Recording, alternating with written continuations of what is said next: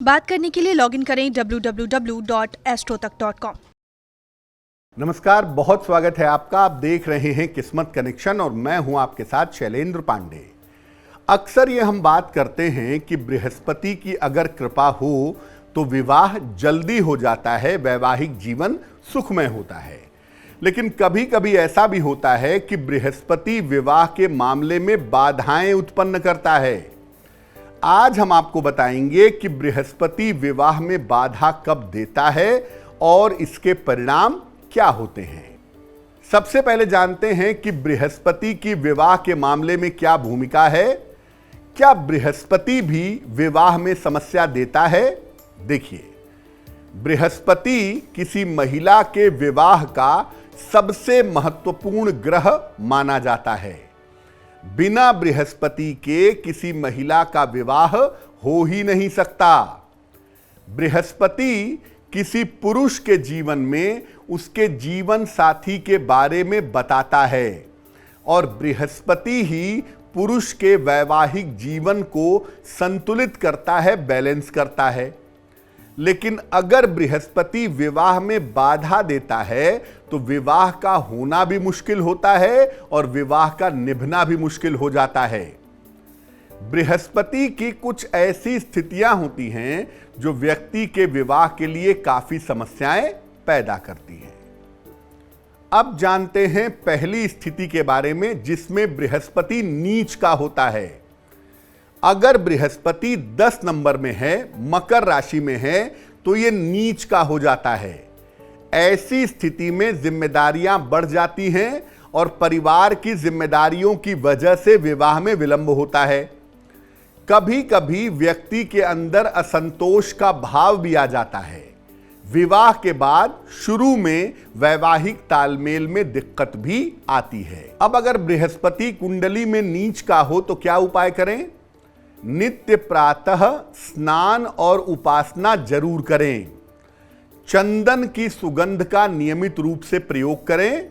अपनी तर्जनी उंगली में, इंडेक्स फिंगर में सोने का या पीतल का छल्ला धारण करें और एक हल्दी की गांठ पीले धागे में बांध करके अपने गले में धारण करें।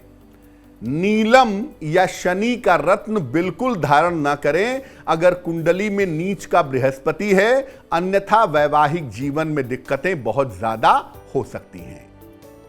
चलिए अब जान लेते हैं दूसरी स्थिति के बारे में, बृहस्पति की निगेटिव स्थिति। दूसरी स्थिति है गुरु चांडाल योग। अगर कुंडली में राहु और बृहस्पति एक साथ हो, इनका योग हो, तो इसे गुरु चांडाल योग कहते हैं।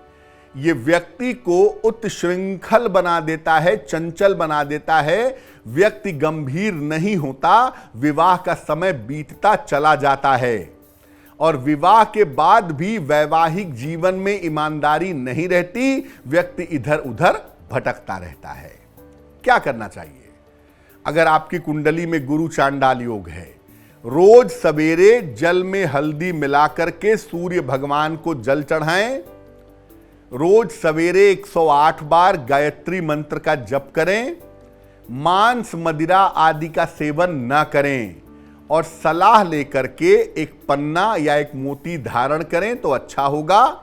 दाढ़ी और बाल अपने बड़े न रखें। तीसरी स्थिति है जब बृहस्पति स्वयं कुंडली के 7वें खाने में बैठ जाते हैं। बृहस्पति जिस भाव में रहते हैं, सामान्यतः उसको नुकसान पहुंचाते हैं, उसका नाश करते हैं। सप्तम स्थान का बृहस्पति विवाह के लिए काफी खराब माना जाता है। विवाह होने में एक तो अत्यधिक विलंब होता है और कभी कभी विवाह हो ही नहीं पाता। वैवाहिक जीवन में अहंकार की वजह से समस्या होती है। अगर ऐसा बृहस्पति है, शादी हो गई है, तो ईगो प्रॉब्लम पैदा हो जाती है। क्या करना चाहिए? देर रात तक जगने से बचें। अपने माथे पर या अपने कंठ पर अष्टगंध का तिलक लगाएं।